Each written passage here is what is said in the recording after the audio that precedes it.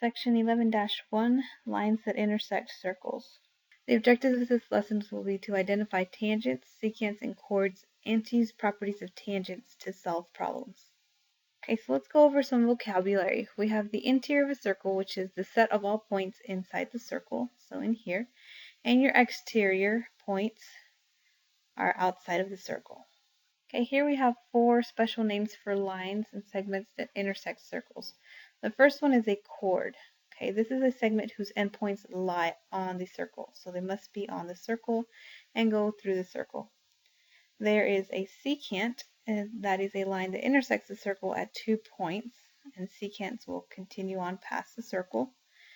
Then you have a tangent line, which is a line in the same plane as the circle that intersects it at exactly 1 point. So a tangent line only touches the circle at 1 point. It does not intersect and go through it. It just touches this 1 point on the circle. And that point where the tangent line touches the circle is called the point of tangency. Okay, example 1. Identify each line or segment that intersects circle L. Okay, we're going to start with chords. Now if you remember, a chord is a segment whose endpoints lie on the circle. So I have segment KM. If you notice, its endpoints are on the circle. So here's a chord. A secant. A secant goes through the circle.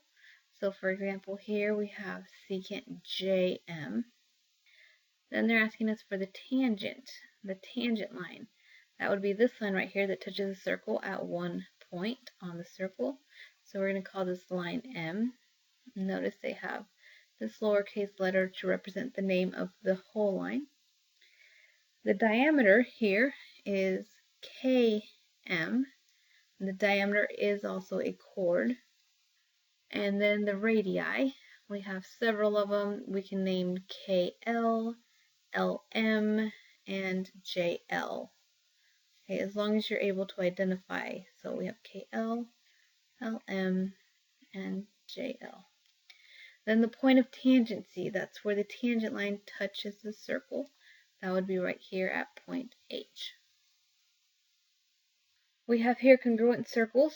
We know 2 circles are congruent if and only if they have congruent radii. So if you know that the radius is the same length, if they're congruent, then you know that the circles are congruent. Concentric circles are coplanar circles with the same center. One example that you may have seen of this is the Target symbol for the grocery store, Target. Their symbol is made of concentric circles. They have the same center.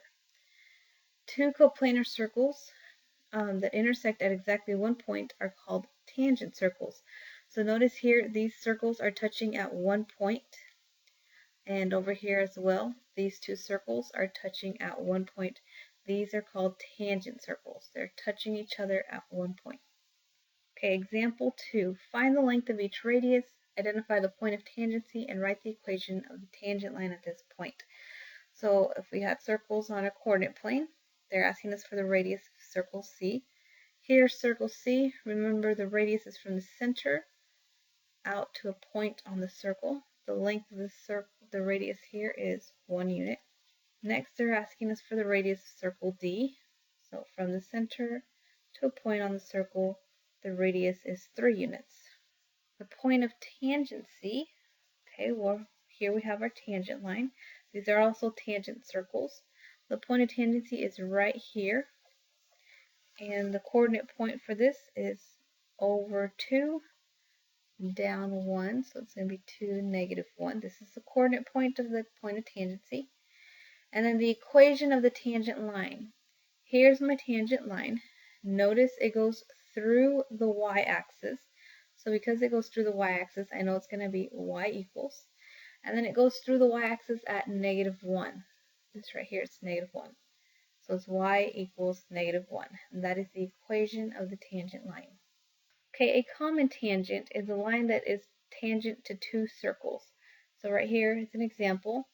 Lines L and M, they are common external tangents. Notice they are tangent to both of these circles. You can see the 1 point on each of the circles where they are tangent to. Okay, here's another example of a common tangent.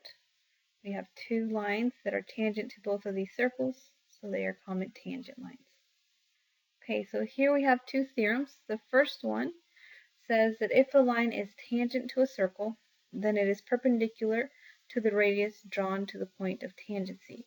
So wherever this line is tangent to this point, it'll be perpendicular to the radius that's connected to that point.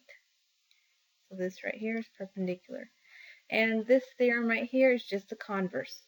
If you know that the radius is perpendicular to a line on the circle, then you can say that this line is tangent.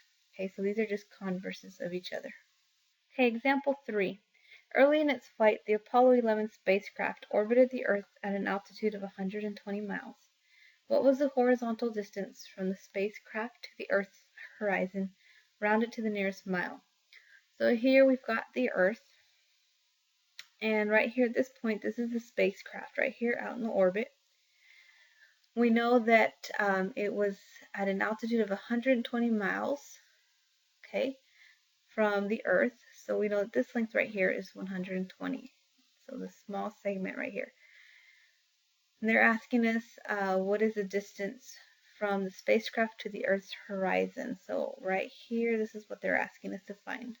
So this is our variable right here. We'll call it x. Now if we look here, we know this right here is the radius. And this right here is also the radius. So I can say that this is also 4,000. So the length of this whole segment is 4,120. So I'm going to go ahead and write that here. Notice this right here is a tangent line because it's perpendicular to the radius. We have a right triangle, so we can go ahead and use Pythagorean theorem to solve for x. So we have 4,000 squared plus x squared is equal to 4,120 squared. Okay, so I'm going to go ahead and subtract 4,000 squared from both sides, and I get x squared is equal to 974,400. So then when we take the square root of that, we get that x is equal to 987.12. And since they want us to round to the nearest mile, we can say 987 miles. Example 5. Assume that lines that appear to be tangent are tangent. C is the center of each circle. Find the value of x. So these right here, they're telling us that they are tangent. If they appear to be tangent, we're going to say they are. So they are tangent and they touch the circle at this point right here and this point right here. They're asking us to find the value of x. So now if you remember, the theorem says that these lines that are tangent to the circle are perpendicular to your radius. So now we have two perpendicular angles right here. We know these are 90 degrees. If you look here, we have a quadrilateral. Remember, quadrilateral is a four-sided figure. And if you remember from chapter 6, and I know it's been a while, but we know that the sum of the interior angles of a quadrilateral is 360 degrees. So all four angles must add up to be 360 degrees. I know 3 of these angles. I only need 1 more, and I need them to sum up to 360. So what I'm going to be doing here is I'm going to take 360 minus 90 degrees minus 130 minus 90. Okay, and what I get left over will be this angle down here. Okay, so here I get that x is equal to 50 degrees. So that's because I remembered that this was a quadrilateral. All right, our third theorem says if two segments are tangent to a circle from the same external point, then the segments are congruent. So if we have a line, or sorry, more than one line, we got 2 lines that are tangent to the same circle that are starting at the same point, then these 2 segments are congruent. Just like we had on the previous problem, the segment up to where the points are tangent, the lines are tangent, those segments are congruent. Okay, in this example, we're going to use the theorem that we just discussed. We're told that HK and HG are tangent to circle F. Find HG. Now notice these are tangent lines, they told us, and they're starting from this same point. So the theorem says that these 2 lines are congruent. They measure the same. So because they're congruent, I can set both of these expressions equal to each other.